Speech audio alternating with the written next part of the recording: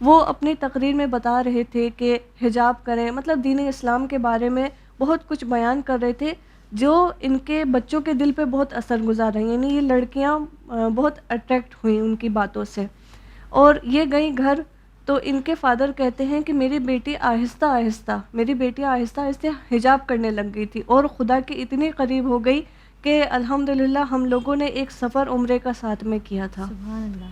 تو یہ وسیلہ کون بنے یہاں پہ؟ وہ مولانا جو تقریر کر رہے تھے. یہاں پہ پروردگار عالم نے ان کو وسیلہ قرار دیا.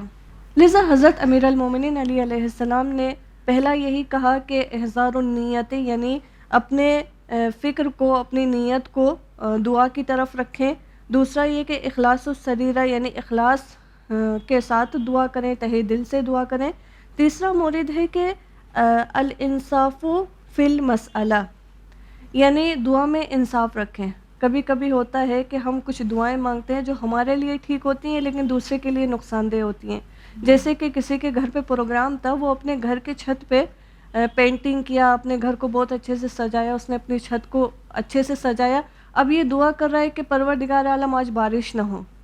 اس کے لیے تو فائدہ مند ہے، اس کا کام خراب نہیں ہوگا، لیکن ادھر سے جو صاحب کھیت ہے، جو کسان ہے، اس کو نقصان ہوگا کیونکہ اس کا کھیت خراب ہو جائے گا اگر بارش نہیں ہوئی، اور اس کے لیے ضروری ہے کہ بارش ہو. تو دعائیں ایسی کرنی چاہیے جس میں کسی اور کا نقصان نہ ہو. تو سب سے اہم بات یہی ہے کہ پروردگار عالم نے فرمایا ادعونی، یعنی مجھے پکارو، استجب لکم، تاکہ میں تمہاری دعاؤں کو مستجاب کروں. تو اس کے بیچ کا جو سفر ہے، اس میں ہمیں کیا چیزوں کا خیال رکھنا ہے؟ ایک تو یہ کہ پورے خلوص کے ساتھ دعا کریں، ذہن فکر سب دعا میں رہنا چاہیے، اور دعا ایسی ہو جس میں کسی دوسرے کا نقصان نہ ہو. دعائیں اس طرح سے کرنی چاہیے. جی آپا، یہ تو آپ نے بتایا کہ یہ جو باطنی آداب ہو گئے، آپ کہہ رہی تھی کہ کچھ ظاہری آداب بھی ہیں دعا کے، جن کو اگر ہم ذہن میں خیال میں رکھیں تو دعاؤں کی جو قبولیت کے چانسز ہیں وہ بڑھ جاتے ہیں. تو وہ کون سے ظاہری آداب ہیں جن کا ہمیں خیال رکھنا چاہیے؟ آداب ظاہری ایک برج ہے آداب باطنی تک پہنچنے کے لیے. یعنی یہ کہ ایک مقدمہ ہے حضور قلب پیدا کرنے کے لیے. جو پوائنٹس میں آپ کی خدمت میں بیان کروں گی، یہ سب سیرہ اہل بیت علیہم السلام سے لی گئی ہیں، جو ہمارے بزرگ علماء نے ہم کو بیان کیا ہے کہ ہم ان باتوں کا خیال رکھیں. سب سے پہلے یہ کہ باوضو رہیں، ہمیشہ وضو کے ساتھ دعا مانگیں. اب یہاں پہ کچھ لوگ کہتے ہیں کہ جیسے ایمرجنسی ہے، باہر ایکسیڈنٹ ہو گیا یا کچھ بھی ایمرجنسی ہو گئی تو ہم وضو نہیں کر پا رہے تو کیا کریں؟ تو اس میں کوئی اشکال نہیں ہے. اگر وضو کے اسباب فراہم نہیں ہو رہے وضو کرنے کے، تو بغیر وضو کے بھی دعا مانگ سکتے ہیں، کوئی اشکال نہیں ہے، لیکن بہتر یہ ہے کہ وضو کے ساتھ دعا کی جائے. دوسرا یہ کہ قبلے کی سمت ہو. دیکھیے قبلہ ایک حالت ہے جس میں انسان پوری توجہ کے ساتھ دعا مانگتا ہے، کیونکہ وہ ہم لوگ نمازیں بھی قبلے کی سمت پڑھتے ہیں، تو دعا بھی قبلے کی سمت ہو تو کافی اچھا ہے. تیسرا یہ کہ 2 رکعت نماز پڑھیں. امام صادق علیہ السلام فرماتے ہیں کہ میں نے اپنے اصحاب کو کہا تھا کہ جب تم کسی گرفتاری میں مبتلا ہو، کوئی بلا تمہارے سر پہ آئے، تو تم سب سے پہلے وضو کرو، پھر اس کے بعد 2 رکعت نماز پڑھو، اور پھر خلوص نیت کے ساتھ دعا مانگو. تو سورہ بقرہ کی آیت نمبر 45 میں بھی ہے کہ پروردگار عالم فرما رہا ہے بسم اللہ الرحمن الرحیم وَاسْتَعِینُوا بِالصَّبْرِ وَالصَّلَاةِ، صبر اور نماز سے مدد طلب کرو. تو نماز بہت امپورٹنٹ ہے. نماز 2 رکعت نماز پڑھیں، جس سے باعث ہوتے ہیں کہ یہ ہماری دعا کو مستجاب کرے. حضرت امیر المومنین علی علیہ السلام جب حضرت زہرا سلام اللہ علیہا کی قبر پہ تھے، تو جس وقت دفنا چکے تھے، تو اس وقت حضرت نے 2 رکعت نماز پڑھی تھی. یہ نماز میت نہیں تھی، یہ ایک نماز تھی سکون قلب پانے کے لیے، اپنے اندر آرامش پیدا کرنے کے لیے. چوتھا یہ کہ پروردگار عالم کے نام سے شروع کریں. جیسے ہمارے رسول خدا صلی اللہ علیہ وآلہ وسلم فرماتے ہیں کہ اگر کسی کی کوئی حاجت ہے تو اپنی دعا سے پہلے 5 مرتبہ کہے یا ربنا. اس کی وجہ یہ ہے کہ سورہ مبارکہ آل عمران کی آخری آیتوں میں پروردگار عالم نے لفظ ربنا کا استعمال کیا ہے، اور پھر اس کے بعد آیا ہے مستجاب کیا، یعنی پروردگار کہہ رہا ہے کہ میں نے ان کی دعاؤں کو مستجاب کیا. تو رسول خدا بھی کہہ رہے ہیں ہم سے، انہوں نے بھی فرمایا کہ ہم جو ہے اپنی دعا سے پہلے 5 مرتبہ یا ربنا پڑھیں، پھر اس کے بعد یعنی دعا کرنے سے پہلے 7 مرتبہ پڑھیں یا ارحم الراحمین۔ امام صادق علیہ السلام ایک حدیث میں فرماتے ہیں کہ میرے والد کی جب بھی کوئی حاجت ہوتی تھی تو وہ سجدے میں جاتے تھے اور سجدے میں ہی پڑھتے تھے 7 مرتبہ یا ارحم الراحمین۔ خود خدا فرماتا ہے کہ میں ارحم الراحمین ہوں، تم اپنی حاجت طلب کرو، میں مستجاب کروں گا۔ 5واں یہ کہ اپنے گناہوں کا اقرار کرے۔ ہمارے اہل بیت علیہم السلام کے دعا کے آداب میں سے تھا یہ بھی کہ جب وہ دعا کرتے تھے تو گناہوں کا اقرار کرتے تھے، جبکہ وہ تو بے گناہ تھے، جیسے کہ دعائے کمیل میں ہے کہ پروردگارا میں نے بہت گناہ کیے ہیں، میں برا ہوں یعنی میں بری ہوں پر تو بہت اچھا ہے، میں فقیر ہوں پر تو غنی ہے، میں نادان ہوں جاہل ہوں پر تو عالم ہے، میں ضعیف ہوں پر تو قوی ہے۔ تو اس طرح سے اپنی دعاؤں میں اقرار گناہ کریں اور پھر اپنی دعاؤں کو طلب کر سکتے ہیں۔ 6 یہ کہ توسل کرنا۔ دیکھیں قرآن میں بھی سورہ مائدہ کی آیت نمبر 35 میں پروردگار عالم کہہ رہے کہ توسل کرو وابتغوا الیہ الوسیلہ۔ تو جب حضرت یوسف کے بھائیوں نے چاہا کہ اپنے گناہ جو انہوں نے ان سے سرزد ہوئے تھے ان کی توبہ کریں، تو یہ اپنے والد بزرگوار کے پاس گئے تھے اور اپنے والد سے کہا تھا کہ آپ ہماری سفارش کر دیں پروردگار عالم سے کہ وہ ہمیں معاف کر دیں، یعنی اپنے فادر کو وسیلہ بنا رہے تھے۔ تو ہم کو بھی چاہیے ہم اہل بیت علیہم السلام کو اپنی زندگی میں وسیلہ بنائیں، جیسے کہ دعائے توسل میں ہم پڑھتے ہیں یا وجیہن عند اللہ اشفع لنا عند اللہ، یا پڑھیں کہ بحق محمد و آلہ، یا یہ بھی پڑھ سکتے ہیں بحق نبی کا، جیسے شبائے قدر میں بھی ہم پڑھتے ہیں کہ بک یا اللہ بے محمد صلی اللہ علیہ وآلہ وسلم بے علی علیہ السلام۔ تو ہم اہل بیت علیہم السلام کو وسیلہ بنائیں اور دعا مانگیں۔ 7واں یہ کہ سجدے کی حالت میں دعا بہت اثر گزار ہوتی ہے۔ سجدے کی حالت میں ایک اور روایت میں ہے کہ جب سجدے کی حالت میں دعا مانگو تو آنکھوں میں آنسو ہوں، تب دعا کا اثر اور زیادہ رہتا ہے۔ سجدے کی حالت میں انسان خضوع کی حالت میں رہتا ہے، پروردگار عالم کو بہت اچھا لگتا ہے کہ یہ میرا بندہ خضوع کی حالت میں مجھ سے دعا مانگ رہا ہے، تو اس کی دعا انشاءاللہ ضرور قبول ہوتی ہے۔ 8واں یہ کہ خدا کی نعمتوں کو یاد کریں کہ پروردگارا تو نے مجھے اتنی اچھی زندگی دی ہے، تو نے مجھے اولاد صالح سے نوازا ہے، تو نے مجھے گھر دیا ہے، اپنی نعمتوں کو بتائے پروردگار عالم سے اور پھر دعا مانگے کہ ابھی میں اس مشکل میں گرفتار ہوں، پروردگار عالم تو میری اس مشکل کو بھی آسان کر دے۔ 9 یہ کہ اصرار کرے اپنی حاجت کے لیے۔ البتہ یہاں پہ ایک نکتہ ہے، وہ یہ کہ اصرار اتنا زیادہ بھی نہ کرے، کیونکہ ہو سکتا ہے کہ کچھ حاجتیں ہمارے صلاح میں نہ ہوں، ہمارے لیے صحیح نہ ہوں، لیکن ہم اس کے لیے بہت اصرار کر رہے ہوں، تو اپنی دعاؤں میں اتنا زیادہ اصرار نہیں کرنا چاہیے۔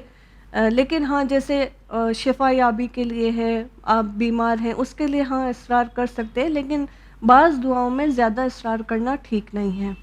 آپا یہ تو آپ نے بہت اچھی باتیں بتائیں، انشاءاللہ کوشش کریں گے کہ اب جب دعا مانگیں تو ان میں سے کچھ پوائنٹس لکھ کے اپنے پاس رکھ لیں کہ یاد رہے کہ یہ سارا کچھ کرنا ہے دعا کرنے سے پہلے، تاکہ دعا آسانی سے انشاءاللہ قبول ہو۔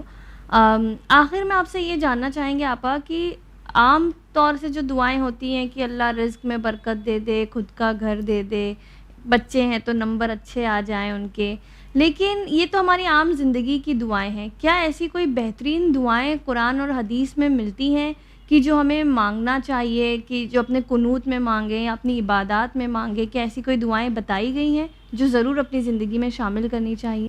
سب سے اہم اور جامع دعائے قنوت نماز عید الفطر میں، یعنی جو دعا ہم قنوت میں پڑھتے ہیں نماز عید الفطر کی، وہ بہت اچھی دعا ہے۔ اس میں ہم کیا کہتے ہیں کہ پروردگارا جو تو نے اپنے اچھے بندوں کو، جو اچھے بندوں نے تجھ سے مانگا ہے وہی مجھے عطا کر۔